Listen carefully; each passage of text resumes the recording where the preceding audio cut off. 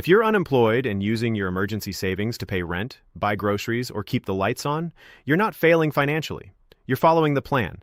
The purpose of that money isn't to sit untouched forever. It's there to support you during genuine financial emergencies. The key is to use it wisely. Prioritize essential expenses first. Focus on housing, food, healthcare, insurance, transportation, and utilities.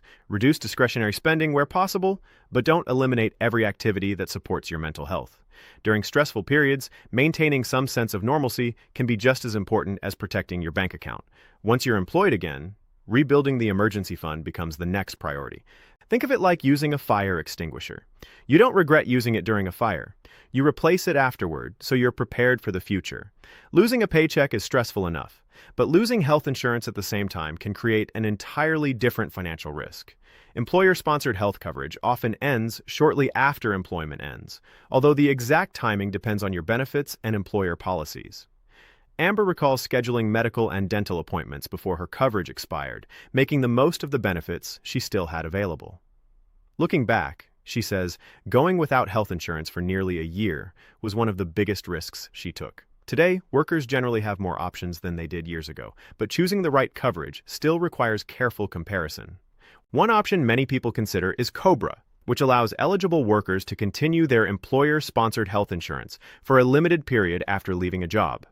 While COBRA often provides the same coverage, it can also be significantly more expensive because individuals may be responsible for paying the full premium themselves. Another option is purchasing coverage through the health insurance marketplace, where costs and benefits can vary depending on income, location, and plan selection. The important point isn't that one option is always better than the other. It's that going without coverage can expose you to enormous financial risk. A single unexpected medical emergency can quickly transform a temporary job loss into a much larger financial crisis. Before making a decision, compare available plans carefully and understand both the monthly cost and the level of protection each option provides. Health insurance isn't just about protecting your health. It's also about protecting your financial future. At this point, we've covered some of the most important financial steps after a layoff, from building and using an emergency fund to protecting your health insurance, and understanding how much savings you may actually need. But we're not done yet. In the final part, we'll answer some of the toughest questions people face after losing a job. Should you borrow money from family? What's the biggest financial mistake people make after getting back to work? And what's the one piece of advice Amber FitzRysler believes every worker should remember during one of the most uncertain moments of their career? One of the hardest conversations people may face after losing a job isn't with a recruiter or a hiring manager. It's with family. For many Americans, asking parents or relatives for financial help can feel uncomfortable. It may even feel like taking a step backward. But according to financial planner Amber FitzRysler, the answer depends less on finances and more on family relationships. If you have a healthy, supportive family dynamic, temporary assistance can be a smart financial decision, not a personal failure. For some people, moving back in with parents or sharing housing with family for a few months can dramatically reduce monthly expenses. Housing is often the largest item in a household budget. Eliminating or reducing rent for a short period can preserve emergency savings and reduce the pressure to accept the first job offer that comes along. Of course, this solution isn't realistic for everyone. Every family situation is different. The important lesson is to evaluate all available options objectively, rather than letting pride make financial decisions for you. Sometimes accepting temporary help today can create a much stronger financial future tomorrow. Landing a new job is a huge milestone. The paychecks start again.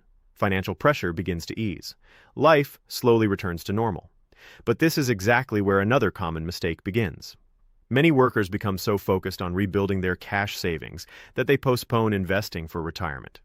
After experiencing unemployment, it's understandable to become more cautious. Some people leave extra money sitting in a checking or savings account because they want the comfort of seeing cash available. That instinct makes sense emotionally, but over the long term, delaying retirement contributions can become expensive. Money invested earlier has more time to benefit from long-term market growth and compounding. Missing months or even years of retirement investing can have a meaningful impact decades later. This doesn't mean you should ignore rebuilding your emergency fund. Both goals matter. The challenge is finding a healthy balance. As your financial situation stabilizes, gradually rebuilding emergency savings while restarting retirement contributions can help strengthen both your short-term security and your long-term financial future. The layoff may have interrupted your career, but it doesn't have to interrupt your retirement plan forever. Let's pull everything together into a practical action plan. If you ever experience an unexpected job loss, here are some of the most important financial steps to consider.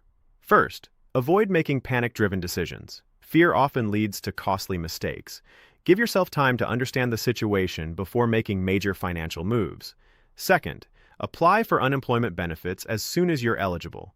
Waiting may delay payments that could help cover essential expenses. Third, review any severance package carefully. Understand exactly how much support you're receiving and how long it will last. Fourth, calculate your financial runway. How much cash do you currently have? How many months of essential expenses can it realistically cover? Knowing these numbers provides clarity during an uncertain time. Fifth, create or update your budget. Separate essential expenses from discretionary spending and identify opportunities to temporarily reduce costs. Sixth, protect your health insurance. Compare available options and avoid leaving yourself exposed to a major medical expense if possible. Seventh, resist the temptation to cash out retirement accounts unless you've carefully considered the tax consequences and potential penalties. Finally, remember that your emergency fund exists to be used during genuine emergencies. This is exactly what you prepared for. Perhaps the most powerful lesson from Amber FitzRysler's experience has nothing to do with layoffs. It's about redefining what financial security really means. Many people believe security comes from having a stable employer. Others believe it comes from earning a high salary. But neither of those things is fully within your control. Companies can restructure, industries can change, economic conditions can shift quickly. True financial resilience comes from the choices you make before a crisis ever arrives. Building savings, living below your means when possible, understanding your monthly expenses, maintaining insurance, continuing to invest for the future, developing valuable career skills.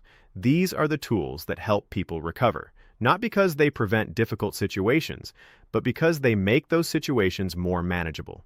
In today's economy, financial flexibility may be one of the most valuable assets anyone can build. No one expects to lose a job, and no one enjoys planning for that possibility. But the reality is that career uncertainty has become part of today's economic landscape. The good news is that a layoff doesn't have to become a financial disaster. Preparation makes an enormous difference.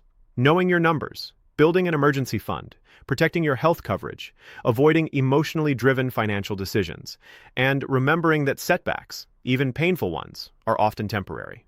Amber FitzRysler's experience reminds us that losing a job can feel overwhelming in the moment, yet with a clear plan and disciplined financial decisions, it's possible not only to recover, but to come back stronger and more financially prepared than before. Ultimately, financial security isn't built by hoping nothing goes wrong. It's built by preparing for the unexpected. And that preparation can make all the difference when life takes an unexpected turn.